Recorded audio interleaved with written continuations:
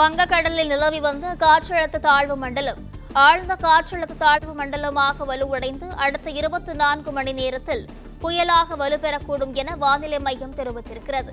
இது குறித்தான முழுமையான விவரங்களுடன் செய்தியாளர் ராஜகுமரன் இணைப்பில் இருக்கிறார். வணக்கம் ராஜகுமரன், விவரங்கள். வங்கக்கடலில் நிலவி வந்த காற்றழுத்த தாழ்வு மண்டலம் புயலுக்கு முந்தைய நிலையான ஆழ்ந்த காற்றழுத்த தாழ்வு மண்டலமாக தற்போது வலுப்பெற்றிருக்கின்றது. அடுத்த 24 மணி நேரத்தில் இது புயலாக வலுப்பெறக்கூடும் எனவும், அது மட்டுமல்லாமல் நாளை மறுநாள் இரவில் அது கரையை கடக்கக்கூடும் என்றும் வானிலை ஆய்வு மையத்தின் சார்பில் இந்த தகவலை வெளியிட்டிருக்கின்றார்கள். அதன்படி 28ஆம் தேதி நாளை மறுநாள் காலை இது தீவிர புயலாக வலுப்பெற்று 28ஆம் தேதி மாலை அல்லது இரவு நேரத்தில் ஆந்திர மாநிலத்தினுடைய மசூலிப்பட்டினம் மற்றும் கலிங்கப்பட்டினம் இடையே காக்கிநாடு சுற்று வட்டாரத்தில் அந்த புயலானது கரையை கடக்கக்கூடும் எனவும் வானிலை ஆய்வு மையம் சார்பில் கூறப்பட்டிருக்கின்றது. புயல் கரையை கடக்கும் பொழுது ஆந்திரத்தினுடைய அந்த தெற்கு கடலோர பகுதிகள், ஒடிசாவினுடைய தெற்கு கடலோர பகுதி உள்ளிட்ட பகுதிகளில் எல்லாம் மணிக்கு 90 முதல் 100 கிலோமீட்டர் வேகத்தில் காற்று வீசக்கூடும் எனவும், இடையிடையே 110 கிலோமீட்டர் வேகத்தில் காற்று வீசக்கூடும் எனவும் வானிலை ஆய்வு மையம் சார்பில் கூறப்பட்டிருக்கின்றது.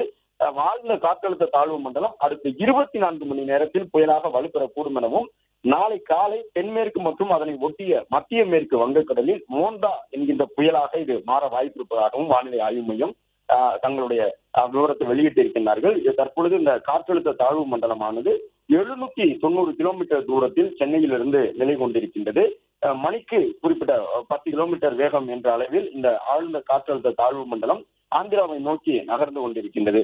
புயல் கரையை கடக்கும் பொழுது ஆந்திரா மற்றும் தெற்கு ஒடிசா பகுதியிலே தீவிர புயலாக அது கரையை கடக்கக்கூடும் என்று சொல்லியிருக்கின்றார்கள். அதன்படி மணிக்கு 90 முதல் 100 கிலோமீட்டர் வேகத்திலும் இடையிடையே 110 கிலோமீட்டர் வேகத்திலும் காற்று வீசக்கூடும் என்றும் கூறப்பட்டிருக்கின்றது.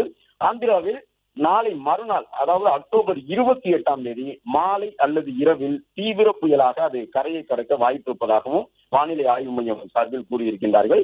ஆந்திராவினுடைய மசூலிப்பட்டினம் மற்றும் கலிங்கப்பட்டினம் பகுதிகளுக்கு இடையே மோண்டா புயல் கரையை கடக்க வாய்ப்பிருப்பதாக வானிலை ஆய்வு மையத்தின் சார்பில் கூறப்பட்டிருக்கிறது.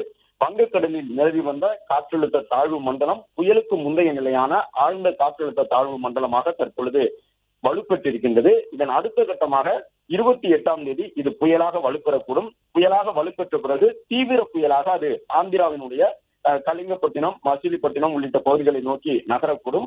அதன் பிறகு கரையேறும் பொழுது மணிக்கு 90 முதல் 100 கிலோமீட்டர் வேகத்தில் தீவிர புயலாக அது கரையேறக்கூடும் என்றும் வானிலை ஆய்வு மையம் சார்பில் கூறப்பட்டிருக்கின்றது.